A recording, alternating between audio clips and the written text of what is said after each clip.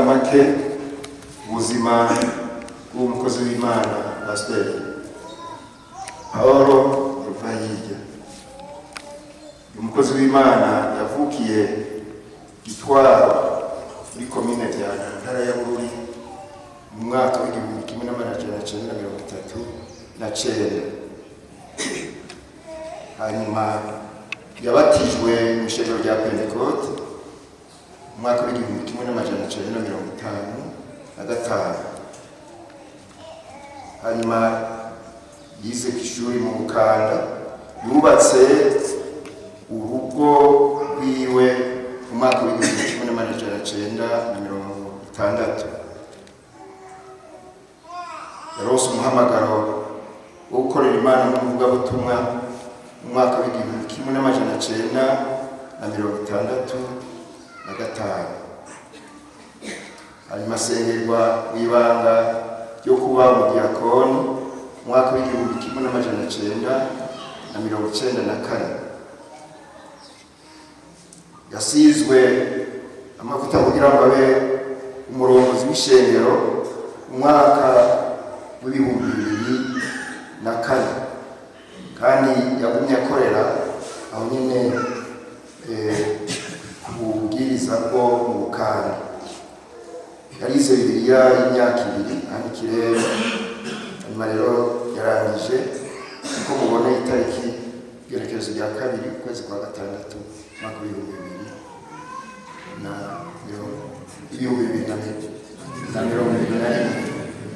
Rero twanishe uko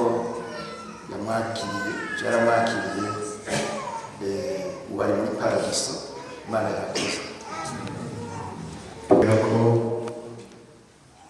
arangije urugendo. Imana yamushimye iramwishira, none rero natwe turanezerewe. Icyo dushima ni uko arangije nk'umukozi w'Imana.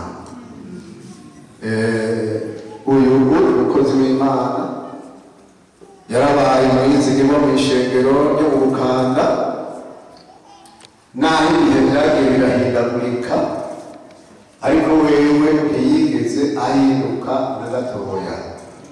Yabaye inkingi mu ishengero ryo mu Bukanda, yabaye umwizigirwa, yabaye icyitegererezo cy'abizera bose. None rero turashima Imana ko arangije urugendo rw'iwe amahoro. Uyu duherekeje rero kuko twamaze kumva n'ubuzima bwiwe bwabaye ubuzima bwo gukorera Imana kuva atanguye kuyibona. Inyuma y'imyaka 10 abanje kubatizwa nabonye ko yaciye yitaba umuhamagaro. Inyuma yaho acayinjira no mu bindi bikorwa, nakugeza Mungu yarakiri muri cyo. Mbega Imana ishimwe. Imana nishimwe, yahisemo umwiyegereza, umuntu ukoresha umuntu arabakabona ati yaroshe ntahuke. Imana niyo yabibonye, none rero nitwebwe twohanurana we yamaze kwishikira. Sinzi wigeze kubona iyo umuntu arinze ashika aba ari umumarayika akurikirana agenda yamama n'ibindi, hama kwiherezo nibatangura gushika gati wowe ndamuza hariya haca umunsi.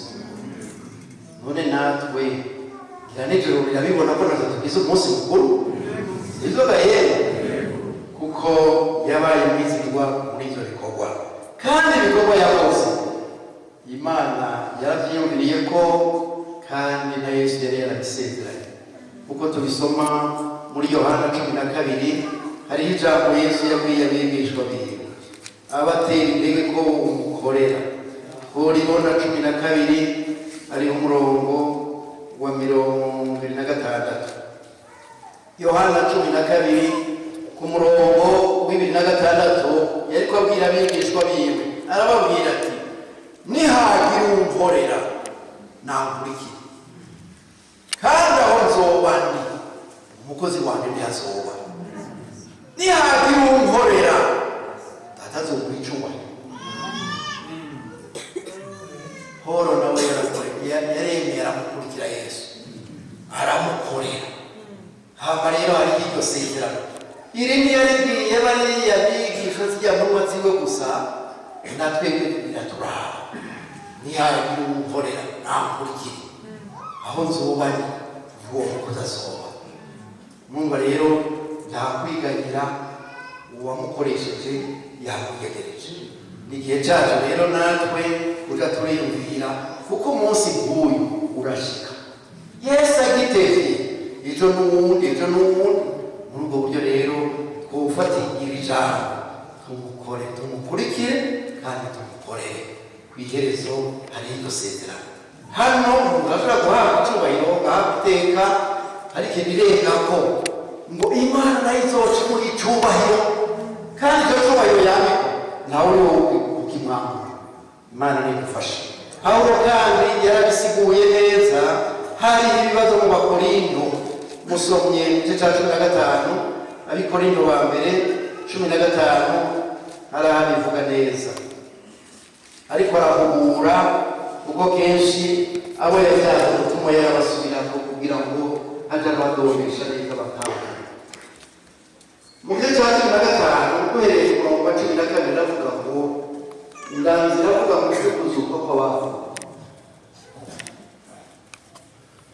Hari ikibazo muri murongo wa 12, ariko ko Kristo avuga ko yazutse mu bapfuye, bamwe muri mwebwe bavuga bate yuko atawuzuka?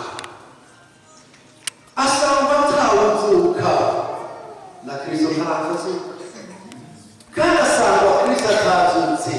Ibyo twigisha ni byose, no kwizera kwayo niko gusa. Natwe tuba tubonetse ko turabashingira Imana intare y'ikinyoma, uko twayishingira intare yuko yazuye Kristo ubitazuye, namba bapfuye batazuka. Asanga bapfuye batazuka na Kristo ntarazuka, ariko asanga Kristo ye atazutse. Ukwizera kwanyu ni gusa, muracari mu byaha byabo. Kandi asangwa bimeze bityo n'abasinziriye muri Kristo barayobe. Asangwa muri ubu bugingo bwonyene ariho twisigira Kristo turusha abandi bantu bose kuba abagomba. Murongo mwiza rero 20, ariko noneho Kristo yarazutse bapfuye, niwe yashurije abasinziriye. Kuko urupfu rwazanywe n'umuntu umwe, n'ukuzuka kw'abapfuye kwazanywe n'umuntu. Nk'uko Adamu yandukije bose gupfa, niko muri Kristo bose bazohindurwa bazima. Ariko umuntu wese umwanya wiwe, umwanya wa Paul wageze, umwanya wiwe wo kwitaba, ariko kw'iherezo no kuzuka nako bizobaho. Kristo niwe mushuzo, maze aba Kristo bazobonerwa kuzuka ahazozira. Iherezo izoca rishika ahazoshikira irashikiriza Imana Umwami na Data wa twese. Imana nidufashe. Kristo yarazutse, n'abamwize n'abamukurikira bazozuka.